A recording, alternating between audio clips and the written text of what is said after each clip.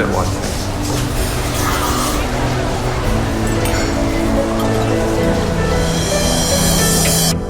Well, hello and welcome to what is the first of these Frasers Perspectives podcasts. We're doing these as a series of sort of one-on-one deep dive conversations as a way to kind of get into some of the issues that a developer like Frasers is contemplating as they look at big sites around Australia and really look to create community and retail and commercial and industrial, what we call development outcomes in a way that really adds value to Australian cities. My name's Daniel Goodfellow and I'll be hosting these conversations with a series of people from Frasers Property. My first guest and the person that we're here today with is Mark Cleveland. He's a Senior Development Manager in the retail team at Frasers Property and he joins me now. Hi, Mark. Hi, Daniel. Thanks for having me. Very exciting, given I'm an avid podcast listener. So it feels very much like we're jumping on the bandwagon, doesn't it? But I'm doing it shamelessly and bring it on, I say. Why don't we just begin, if you don't mind, with a sort of brief bio around you and the role that you play and I guess the various bits of experience that have brought you to where you are today. I've worked with Frasers for 8 years now, so in various roles, from cost planning, project management through to my current role. But before that, having worked overseas, I spent 5 years in London in retail and in between sort of that stint, worked for Lendlease in retail as well. So my background is predominantly retail and I ironically moved to Frasers to work on commercial and industrial and ended up in retail. So I think I'm just naturally drawn to retail development. The universe seems to be sending you to the shops constantly. Yeah. And so does my wife, probably. It's funny, I think we all have different memories of retail as kids, but certainly for me, the shopping centre was a very big part of our family's sort of weekend in that, you know, the kind of trips with mum to the shops on Saturday, which happens far less now than it used to in that sort of regimented way. But for us kids, that was the opportunity to get out and to look at things and be in the world a little bit. Did you have similar experiences? It's interesting to reflect, and it's not something we've chatted about, but I reckon there's sort of two clear memories. There's sort of that Friday night and what are we doing? We're going to get fish and chips or pizza for dinner as a family and going to the shops together and then coming back and watching a movie or the football it might have been. But then also those Saturday shopping experiences where we might have played sport in the morning and then we'd go to the shops and spend the afternoon and might even end up with a movie at the cinema or something like that. So you're sort of walking around with grass stains on your knees in the aisles of Safeway, it was called in those days. Yeah. Life growing up in the suburbs. So, and it's interesting that it's sort of gone full circle, to be honest, where now we're contemplating what those families are doing each day and how we can, I guess, influence, add value and really create something great for them to enjoy every day and every week. So. And I'd love to hear your reflections on the way that retail has sort of changed and yet all stays the same in some interesting ways. You know, I think if we think about the last couple of decades in Australia, you've seen a real emergence of what we call these super regional centres that are these gigantic centres that have got everything possible. But for some people, they kind of see them as more of a full day kind of activity than a quick pop to the shops. But we've also seen high street retail under real strain. You've got precincts in major cities that are really struggling to continue to activate, a lot of them moving towards food and beverage. And all the while, we hear recently from Frasers this kind of quite interesting narrative about the emergence of a super-neighbourhood centre as potentially a new model. So how do you see all of those changes and what can those lay people expect? Those of us who are not in the industry. It's an interesting concept and interesting to think about. But I think there's so many factors. But I think one of them is that in Australia, inherently, our cities have developed and sprawled, and we've created lots of new communities. And with those communities, we're delivering convenience shopping centres. So I think the convenience shopping centre is becoming the new high street, yet there probably wasn't as much thought put into how can we create that community around a neighbourhood shopping centre that would normally exist in a high street in a more sort of a developed and, a more mature catchment. So it's interesting. And now I think you're really seeing that emergence of how can we get a proper local feeling here in this little neighbourhood shopping centre with a butcher and a baker and all those things that you would have seen, 20, 30 years ago. Yeah.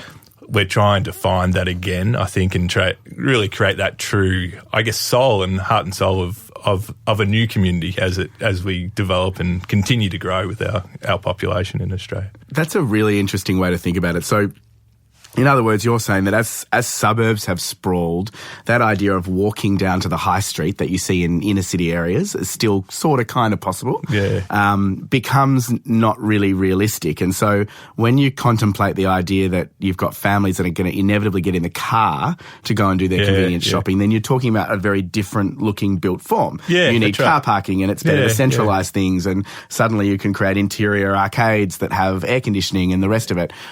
But at the same time, and I think you're right, we've lost a bit of the heart and soul that used to be and still exists in those high street kind of areas, but not everybody has access to them. And I think you're probably seeing that more and more with design, and you picked up the key distinction. I think we're arriving at these centres by car, not by foot, but people are still wanting that experience of walking down a high street or a laneway. So, that's been key to everything that Frasers is looking at the moment is this experiential retail, but still at neighbourhood-sized shopping centres, not your super regional centres, which has been more traditional where they've got the capacity to provide that greater experience. Yeah. It's interesting, isn't it, that when you get to that super regional size, it becomes less about soulful community and more about kind of wow. It's about this huge experiential, oh my God, I can't believe what I experienced today. Yeah. Whereas I agree with you, there is a yearning I think people have for that feeling of and it seems so cheesy to say it, but you wander up to the butcher and they know your name and they say, hey, I've got some really great pork sausages this week and why don't you try them? And I think it's an interesting thing that, as the world becomes more sophisticated, as a retail developer, you guys are contemplating really quite simple human essential characteristics which make something that you build great. And there's no doubt that's becoming more important in this technical age where we've all got devices and we're probably interacting less. So I think we all love it when we go down to a local cafe or coffee shop and they know your coffee order, they know your name, and you can have that, that friendly conversation. Yeah. So I think we are seeing that people are looking for that in their neighbourhood shopping centre. So that's sort of changed our thinking and our approach to how we develop and design these spaces. So what are some of the elements that for Frasers go into this concept of a super neighbourhood shopping centre? Like what are those little ingredients that kind of make it all work? Yeah, look, I don't think it's changed a lot. You still need the key part of that is convenience. So you need your supermarket and just your services that you use day to day. But it's probably the next step, which is that convenience. Does it feel like a real community? Is there experience there? And what we're seeing is we're adding more of a larger component of food and beverage. Yeah. And that's, and it's a combination of food and beverage with a bit of experience that's increasing that dwell time. Yeah. And then I suppose to grow that further, you don't just have a supermarket, you might have a cinema as well. So it's all of a sudden, it's a bigger offer. But the key to that is that community feeling, I think, and to make that real, it needs to be local operators, not, I think, probably traditionally it's been national retailers, but if we can get the true locals there, then all of a sudden we have got a community. Half the job's done because it's the creation of somebody who lives locally, and it's exciting too. It's exciting working with we'll call them the mum and dad operators that are they're running a cafe, they're running a restaurant, and helping them build their business and the business case and pulling that all together. I think it's really rewarding that we are having, we can help that community come together and provide something that's really they're quite proud of at the end of the day if it's delivered well. So look, I want to steer our conversation now towards, I guess, an area where you spend a lot of your, at least thinking time and probably a bit of your physical time. You were saying before we hit the record button that you live in Melbourne but work in projects in Sydney. So Oh, look, and it's been super interesting for me, as you say, being from Melbourne. So firstly, getting to know Sydney and the differences in the areas and I guess the challenges that Sydney has. I think Sydney does struggle more with congestion, traffic, and probably demand for good housing at a reasonable price. Yeah. So that's been really interesting. And then getting out into the West, clearly it's changing rapidly. There's massive support for the growth out there, and I think we've seen that more recently with the Western Sydney City deal. And obviously the new airport proposed and now approved for development out there, which is the new Airtropolis, as they're calling it. But it's got such support at all levels of government, and given that its potential to create so many jobs, as well as the new infrastructure that will be delivered out there to connect it to the city, it's all helping to, I guess, helping all those problems that they're facing every day. So it's got more affordable housing, better connection to the city, and just I think the opportunity to create, I guess, which we don't see in Melbourne, is more of a sister city to Sydney. Yeah. As I'm aware, you've spent a fair bit of time, or at least some time, talking to, I guess, ordinary Sydney-siders who live out in the West about this. And you know, what we're about to witness, and I guess we're already witnessing, you could probably argue, is one of the most extraordinary demographic transitions that's ever happened in this country, in that, you know, you've got a traditional low-density area that was primarily inhabited by,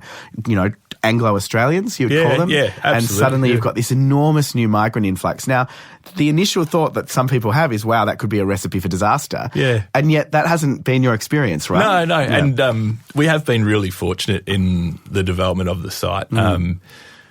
To do a lot of community consultation. So we're getting to meet the real locals out there. And I think my initial thought was that could be a problem, and that you've got what was a traditionally Anglo population out there that's now above the Australian average for its percentage of born overseas residents, and a particularly high Asian demographic as well. But what's interesting in meeting some of these people, and more recently through our consultation with the Historical Society out there, is the guys that we've met, and in particular Reg, like quintessential Australian, you know, and the way he speaks, the way he talks about Australia, the way he lives. But they love the multiculturalism of the new West, and they just speak so passionately about it, and they're just so proud of where they come from. And you'd think, my initial thought was it might drive them away, but I think it actually makes them want to stay there and hold on tighter to what they've got, because they can see that it's so proud to be Australian, but the new Australian as well. So they're growing with the space that they live in. And I think we've shared stories about, I guess, the exponential development of residential out there. And they're just got to be, if they do it right, as you say, and it's successful, they need to add all that community amenity and infrastructure, and that's going to be the key to success. And we play a small part in that, but in delivering Eastern Creek, we've got an opportunity to provide something for the community that will really complement and be a key to that success. So let's talk about Eastern Creek. Give us the skinny on the site, when it was acquired, how you've been looking at it. What are the kind of key facts we need to know? Great site, very unique. We participated in an open market tender to become the preferred developer, which we are, and the site's owned by the Western Sydney Parklands Trust, so that makes it very unique. Right. And it's effectively unzoned land, so we are now the developer in partnership with the Western Sydney Parklands for just over 15 hectares. And that is to be developed in 3 stages. And the first stage due for completion late 2019. Wow, and second stage not long after, early 2020, and third stage will probably be 12 months after that. Right, okay. And where is it?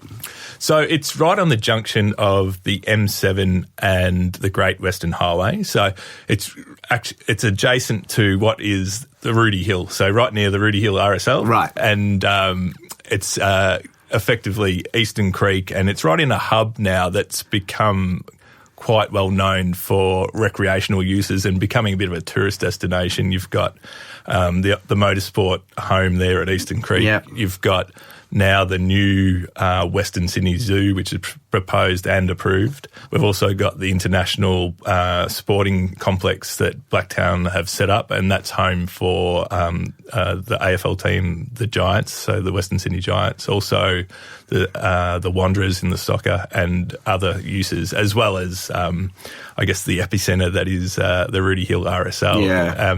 It's an institution, that place, isn't it? And if you've ever been there, it's just enormous, absolutely enormous. So, we're fortunate that our site sort of sits right in the middle, bang in the middle of all of this. And so all that you've just described are within a few kilometres of... Yeah, absolutely. I'd say all within 5 to 10 minutes drive.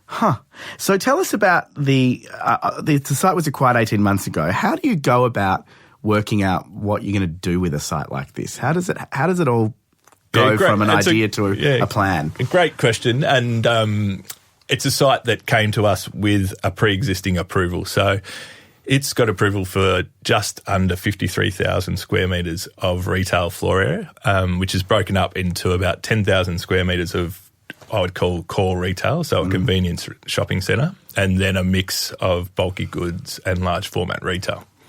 So bulky goods and large format is probably not our traditional core business at Frasers, but that said, the opportunity is enormous, and so we have a plan there. We started to look at it, but our first step was really to really understand the local, the landscape, the site, and then start to speak to the community. And I think immediately we were pretty excited about the site itself being a parkland site. So right adjacent to us, we've got still 15 hectares of parklands, which is pretty rare when you're developing a shopping centre. So immediately it lends itself to how can we best sort of connect with this parkland and create a space that not only you go down and do your convenience shop or go for a coffee, but you can go for a wander into You can go for a wander in the park. You can take the kids down to the playground. There's so much opportunity there that I struggle to think of a single retail centre that has that sort of interactivity with parkland. And then the mind starts to boggle, and you're like, all the ideas start to come out, and like it's just where do you start and where do you stop? Yeah. So that's been interesting, and it's really driven our thinking around the actual physical design of the centre, but then the leasing and how can we get the right retailers that are best suited to this environment as well. So it's been an interesting journey for us. And so describe for me when the site's complete, and I know that you haven't made all of the decisions yet, so some of it will be sort of placeholder, but when the site's complete, just walk me through these 3 stages and what each of them is likely to feel and look like. Yeah, okay. So at the end of all this, we're hoping that we can deliver something that really is the best offer in the West. And when I say that, not just the wow, it's somewhere where you can spend the whole day. Yeah. So you could arrive maybe after dropping the kids off at school and do a bit of shopping and have a coffee. Or it could be on the weekend and you head down there and you take the kids with the bikes and have a ride around the park and finish up with a quick drink and off you go. Or there's other entertainment there, which will be a cinema or a play centre and not just convenience shopping. We see it as a lifestyle shopping as well. So a bit of fashion and probably homewares and all those other offers that you wouldn't necessarily get, say, at a standard neighbourhood shopping centre. So it's interesting, isn't it, that there's, I find that these days as we kind of navigate through this changing world, there are all of these counter theories to things that we believe are true. And what I mean by that is that, I can make an argument to you today that what's going on in the world is that we're all retreating to our living rooms because we're on our screens and we've got these amazing home cinemas and the world outside is scary, and so we're in our, and yet on the other hand, you've got businesses like Time Zone that are opening new stores. Yeah. You've got bowling alleys doing pretty well. You've got cinemas booming. Yeah, well, that's been amazing to see the cinemas come back. It's amazing. They probably didn't open that many cinemas in 10 years ago. Yeah. And now every operator is looking for new locations. I'm seeing, images of these kind of indoor rock climbing and play centres that just blow your mind in terms of they just don't feel like the kind of old school. And that's where it's really getting exciting for us now in the leasing, is that we're talking to two retailers in particular. One, a big sporting retailer. Yeah. And they're just so excited about the site and the opportunities outside of just selling their product. Yeah. Like they want outdoor courts, they want a bike track, they want an archery range. It's amazing. It's amazing to think of that we're developing a site where a retailer is going to offer all of that as part of their their daily shop. And we went to a kids' play centre the other day, and kids are on these ropes and harnessed and climbing up these things that up to sort of 10 metres in the air and jumping off. And that's probably where our thinking is, to be honest, at Eastern Creek, is that's the opportunity, is that it's not just shopping, it's probably recreation, and that you can come down and spend that day there with the family. So how do you come to grips with the fact that, and maybe I'm being unfair when I say this, but my observation is that in a new, especially where you've got areas of growing population, if you're a retail centre developer, it is kind of possible to just drop a cookie cutter supermarket plus 15 specialty and a good car park and, a liquor store on the outside and a couple of cafes, a place that's totally soulless, that adds really nothing other than convenience, but you could still be commercially successful, I sense. Yeah. Right? Our thinking's grown, and I think we've evolved as a developer. Our values, we've got massive aspirations in terms of sustainability and design, and it's a community success, and that'll be what we gauge ourselves on at the end of the day. Yeah. So, and it's such a refreshing thing to hear. But I also think it makes good business sense as well as being the right thing. The challenge, of course, is that the desire for, we all know what it's like when we're in one of these places, right? And unfortunately for you guys, it's often places that have existed for hundreds of years, right? So when you're wandering through a laneway in a European city, right, and you've got this buzz and this energy and this sense of being amongst it, then the reality of it is that culture and that feeling is developed over the life of the place. And yet as a retail developer, you guys have to do something much harder, which is to deliver something that then opens one day, and somehow that buzz has to emerge. And so quite reasonably, you've got to try and think, well, what's going to ignite it? What's going to make that happen?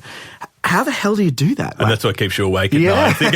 It's so difficult. It really is. And it is the challenge. And we did speak earlier about how that's the challenge for all developers. I think particularly in Australia as the cities sprawl, that we sort of travel to the city to work, and then we travel to our home in the suburbs to live. So we've got to create that buzz in a new environment. And I think, and we're talking about the success of a centre, that will be the success, is that buzz. And I think it's just that right mix of, it's convenient, but it is something they're proud of, and it is a true community destination. Yeah. And it's just got to have that little bit of everything: service, convenience, community, I guess, and just be really familiar and comfortable. So, I mean, that's the other interesting thing, isn't it? That the other thing that happens in these places that generate their own buzz is that the people who use them feel a sense of ownership so often.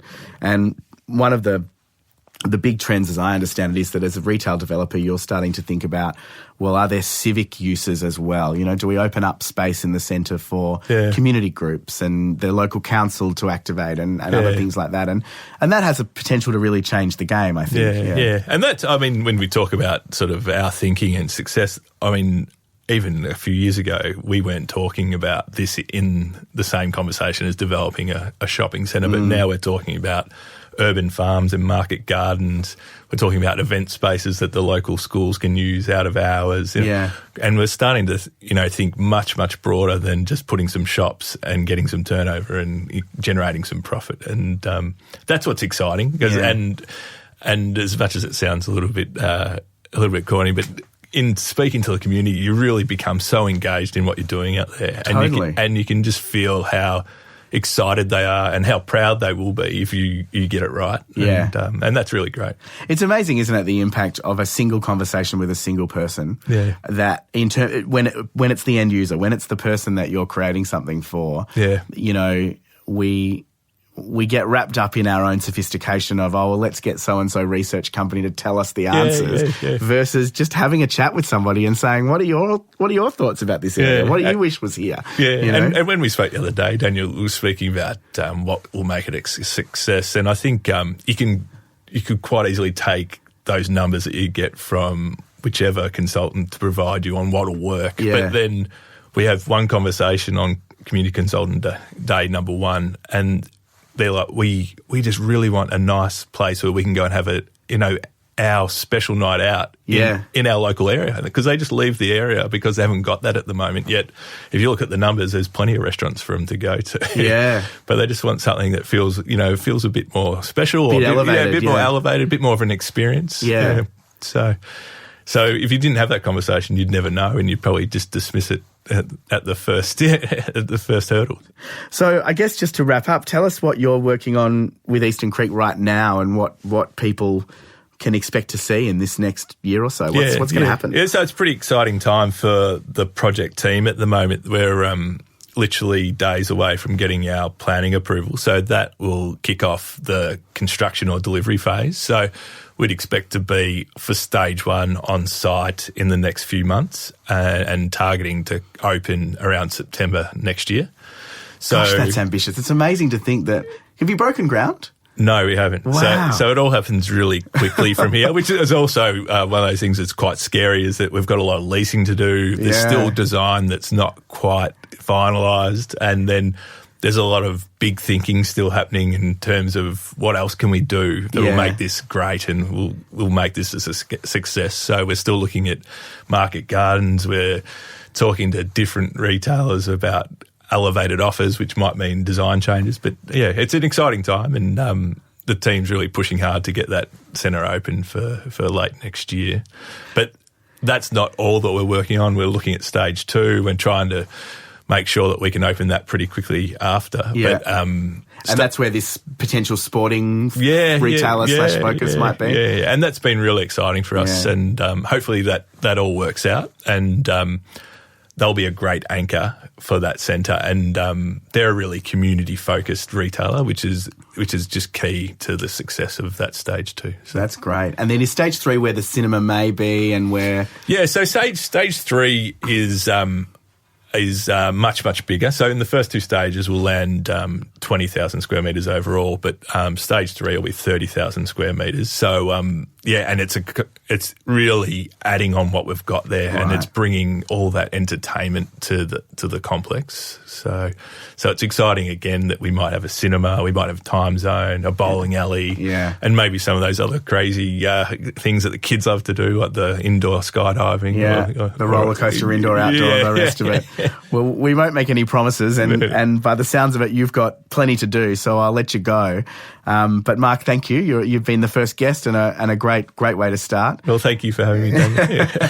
So for those listening, if you'd like to hear anything more, you can visit the Frasers Property website and head to the Perspectives page, where you can read all about the retail team's plans in focus. This has been the Frasers Property Podcast. I'm Daniel Goodfellow, and we'll be back next time. Thank you.